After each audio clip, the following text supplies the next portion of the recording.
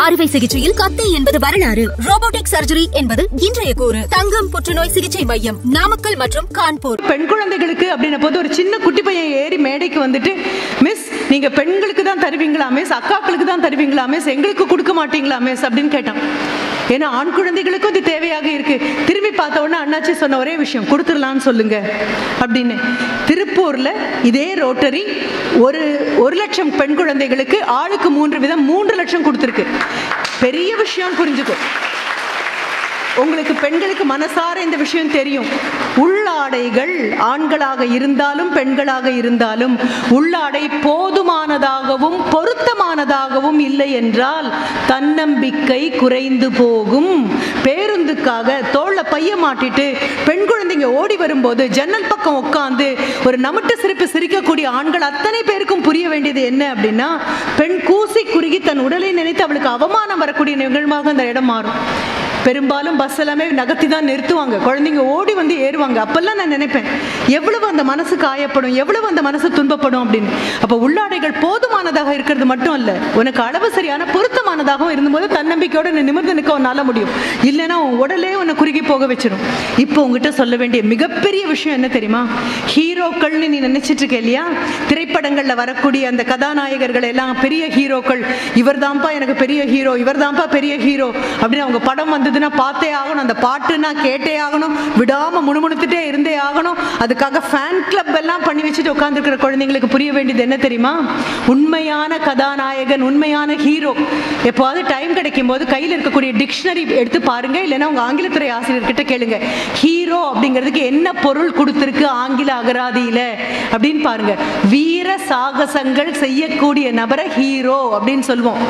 சினிமாவில் camera rolling action அப்படின்னு சொன்னதுக்கு அப்புறம் பாஞ்சு 10 பேரை வீழ்த்துற மாதிரி நடிக்கிற அப்படின்னு நடிக்க கூட முடியாத ஒரு கதாநாயகன் 50 வயதுக்கு மேல இருக்கலாம், அவர் பாஞ்சு எல்லாரையும் வீழ்த்துற மாதிரி ஒரு காட்சி வரணும்னா அவர் மாதிரியே தோற்றம் இருக்கிற, அவர் மாதிரியே நிறம் இருக்கிற, ஒரு அசப்பில பார்த்தா அவர் ஜாடையிலே இருக்கக்கூடிய ஒரு அவரை போன்ற போலி ஒரு டூப் ஆர்டிஸ்ட போட்டு என்ன பண்ணுவாங்கன்னா அதை நடத்திடுவாங்க. அவங்கள தான் நீங்க ஹீரோக்கள் அப்படின்னு சொல்லிட்டு இருக்கீங்க. உண்மையான ஹீரோ யார் தெரியுமா? எப்போ ஒரு பெண்ணுக்கு உடல் ரீதியாகவும் மன ரீதியாகவும் வருத்தமும் துன்பமும் நோவும் வரும்போது வாயை திறந்து கூட அவளால சொல்ல முடியாதபடி அவளுடைய கூச்சம் தடுக்கும் போது, கண்ணை கலங்கிட்டு கண் கலங்கினது யாருக்கும் தெரியாம மண்ணை பார்த்துட்டு அவள் நிற்கும் போது அவளுடைய வலியை புரிஞ்சுக்கிட்டு அவளுக்கு என்ன உதவி செய்யணுமோ அதை செஞ்சுட்டு தலையை நிமிர்ந்து யார் உதவி செஞ்சாங்கன்னு பார்க்கறதுக்குள்ள அந்த இடத்த விட்டு ஒரு நபர் போயிடுறாருல்ல, அந்த நபருக்கு தான் ஆண்னு பேரு. அதுக்கு மட்டும்தான் ஆண்மைன்னு பேரு, வேற எதற்கும் எதுவும் கிடையாது. வாங்கிக்கோ, மனதுக்குள்ள வாங்கிக்கோ. இனி கல்லூரி நாட்கள்ல உங்களுடைய அந்த பாலிய தன்மையினால வரக்கூடிய அந்த ஈர்ப்பின் காரணமாக இது கதாநாயகன், இதுதான் என்னுடைய ஹீரோ, இவர் தான் என் ஹீரோ அப்படின்லாம் சொல்றதுக்கு முன்னால புரிஞ்சுக்கும், காதல் வயப்படுறதுக்கு கதாநாயகன் தேவையே கிடையாது. காதல் வயப்படுறதுக்கு இந்த வயசுல அறியாமை அப்படிங்கிறது மூட்டையா தலைக்குள்ள இருந்தாலே போதும், அவ்வளவுதான், தடுக்கி விழுவோம். பெரும்பாலும் யார் மேலேயும் காதல் வர வயசு இல்லை. You are in love with love. காதல் மேல் காதல் வயப்படக்கூடிய வயசு இது. யாராவது அங்க வந்து நின்னாங்கன்னா இவங்க தான், 4 தடவை நம்மளை பார்த்தாங்கன்னா இவங்க தான், நல்லா இருக்கியா அப்படின்னு கேட்டாங்கன்னா அவங்க தான், சாப்பிட்டியான்னு கேட்டா அவங்க தான், ஒத்த ரோசாவை கொடுத்தா அவங்க தான், ஒரு மிட்டாயை கொடுத்தா அவங்க தான், அடுத்த நிமிஷம். ஆனா இப்படி விழறவங்களுக்கு எல்லாம் பெரிய பிரச்சனை எங்க இருக்கு தெரியுமா? தன்மேல் சுய மதிப்பு இல்லாத நபர்களால் மட்டும்தான் கண்ணில் கண்ட நபர்களை எல்லாம் கதாநாயகர்களாக ஏற்றுக்கொள்ள முடியும். எந்த பெண்ணுக்கு சுயமரியாதை இருக்கிறதோ, எந்த பெண்ணுக்கு தன்னை பற்றி போதுமான புரிதல் இருக்கிறதோ, எந்த பெண்ணுக்கு இலக்கு கண்ணுக்கு நன்றாக தெரிகிறதோ, அவளுக்கு கண்ணு முன்னால கடவுளே வந்து நின்னாலும் கொஞ்சம் நகரு, என் டிகிரியை முடிச்சுட்டு அப்புறம் பார்க்கலாம்னு சொல்லுவான். அது புரியணும்.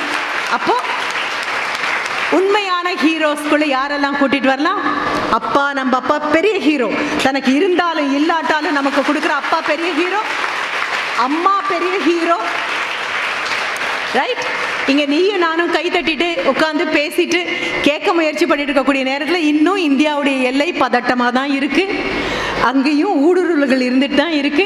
வெளியிலேருந்து உள்ள ஆட்கள் வரதை விட உள்ள இருக்கிற ஆட்கள் வெளியில இருக்கிறவங்களை கூப்பிடக்கூடியவங்களை வேற நம்ம பக்கத்துல வச்சுட்டு இருக்கோம். அப்படி இருக்கக்கூடிய டீப் ஸ்டேட் அப்படிங்கிறதுலாம் போய் தேடி பாருடா. அப்படின்னா என்னன்னு தெரிஞ்சுக்கோ. சும்மா போய் எல்லாம் ஓட்டு போடக்கூடாது. 18 வயசு ஆயிடுச்சு இல்ல, வாட் இஸ் டீப் ஸ்டேட் அப்படின்னு போய் பாரு. பேரலாக என்ன நடந்துட்டு இருக்கு அப்படின்னு போய் பாரு. அந்த குழந்தைக்கு ஒரு தடவை கை தட்டுடா. இல்ல, எனக்கு என்ன ரொம்ப பிடிச்சது தெரியுமா, என்னால பேச்ச மட்டும்தான் நிறுத்த முடியும். என்னாச்சு அப்படின்னு எங்க தலைமுறை தேடும் போது ஒன்னும் ஆகல, சுவிட்ச் ஆஃப் பண்ணா எல்லாம் சரியாயிடும் அப்படின்னு கண்டுபிடிச்சல. தேங்க்யூ, தேங்க்ஸ் எல்லாம். நல்லா இருக்கு. புத்திசாலியான அடுத்த தலைமுறையை பார்க்கும்போது ரொம்ப கர்வமாகவும் பெருமையாகவும் தான் இருக்கு. சரியா? இப்ப அம்மா அப்பா ஹீரோன்னு சொல்லிட்டோமா, நாட்டுக்கு எல்லையை காப்பாத்திட்டு இருக்கக்கூடிய ஒரு பெரிய நிலநடுக்கம் வந்தாலோ பெருவெள்ளம் வந்தாலோ யாருன்னு கூட தெரியாம உன்னை காப்பாற்ற ஓடி வர அவங்க யாருடைய அப்பாவோ தான் இருப்பாங்க, யாருடைய அண்ணனாவோ இருப்பாங்க, யாருடைய கணவனோ இருப்பாங்க, யாருடைய மகனோ இருப்பாங்க, தோழியா இருப்பாங்க, தோழனா இருப்பாங்க, அம்மாவா இருப்பாங்க. அப்போ மதுரை வீரன் சாமி மாதிரி எல்லையை காப்பாற்றக்கூடிய, எல்லை காளி மாதிரி எல்லையை காப்பாற்றக்கூடிய ராணுவத்தில் இருக்கக்கூடிய பெண்களுக்கும் ஆண்களுக்கும் பெரிய விஷயம். ஏன்னா அவங்க எல்லாம் தான் யாதுமானவளா நிற்கிறாங்க. ஏன் உங்களை மாதிரி உடல் ரீதியாக அந்த பெண்களுக்கு பிரச்சனை இருக்காதா?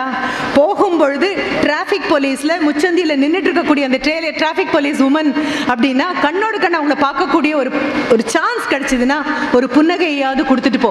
கால் கடுக்க அங்க நிற்கக்கூடிய அந்த பெண்ணுக்கு அவசரமாக கழிப்பறைக்கு போகணும்னா அதற்கான வாய்ப்பு கூட கிடையாது. நம்ம சொல்லலாம், தெரிஞ்சுதானே இந்த வேலைக்கு வந்தாங்க, நமக்கு தெரியும், உடம்புக்கு தெரியாது இல்லையா? அப்ப அந்த நேரத்துல நிற்கிறாங்க அப்படின்னா மிகப்பெரிய ஆள். காவல்துறையா மிகப்பெரிய ஆள். அதை விட தீயணைப்பு படையில ஓடி வராங்களா மிகப்பெரிய ஆட்கள். ஆம்புலன்ஸ் டிரைவரா மிகப்பெரிய டிரைவர், உயிரை காப்பாத்துற ஹீரோ. விவசாயி பெரிய ஹீரோ, அடுத்த வேளை சோறு அவரை நம்பி இருக்கு.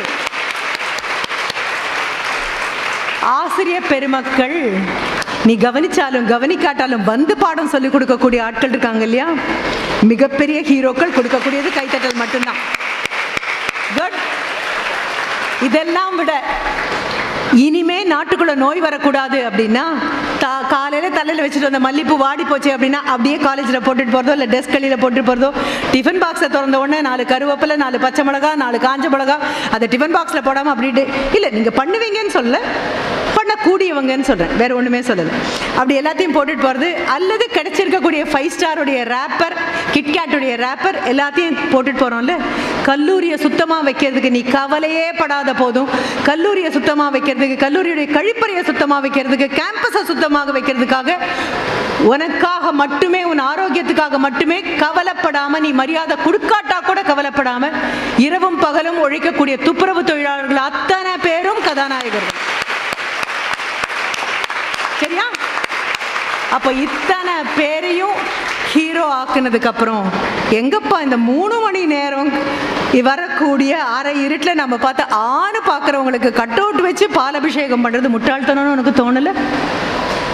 பெரிய கஷ்டமே அதுதான். ஏன்னா நம்ம இத்தனை ஹீரோக்களுக்கு வாழ்த்து சொல்லிட்டே போகணும். ஆஹா நீங்க ஹீரோ, ஆஹா நீங்க ஹீரோன்னு.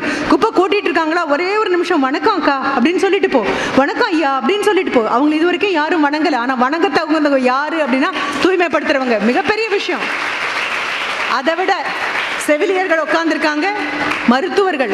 கொரோனா அப்போ கையில ஒரு கிளவுஸ் 5 நிமிஷம் போட்டாலே வேர்வை தாங்காதுதான். என் முகத்து முன்னால் அடிக்குதுன்னா 10 தடவை தொடச்சுக்கிறேன். அந்த நீல நிற அங்கிக்குள்ள 8 மணி நேரம் 10 மணி நேரம் நின்ன மருத்துவர்கள் ஆகட்டும், அவர்களாவது கிளம்பி போகலாம். வீட்டுக்கே போகாத செவிலியர் எனக்கு தெரியும். 3 மாதம் கோயம்புத்தூர் இஎஸ்ஐல ஆதிலட்சுமின்னு ஒரு செவிலியர், வெரி சீனியர் அவங்க. அந்த ஸ்டாஃப் நர்ஸ் 3 மாசம் வீட்டுக்கே போகல அவங்க. ஏன்னா கொரோனா பாதிக்கப்பட்டவங்களுக்கு வார்ட் பாய்ஸ் நீங்களும் நாங்களும் சொல்றோம், அத்தனை பேரும் ஹீரோக்கள்னு புரிஞ்சுக்கோங்க. தங்கம் புற்றுநோய் சிகிச்சை மையம், நாமக்கல் மற்றும் கான்பூர்.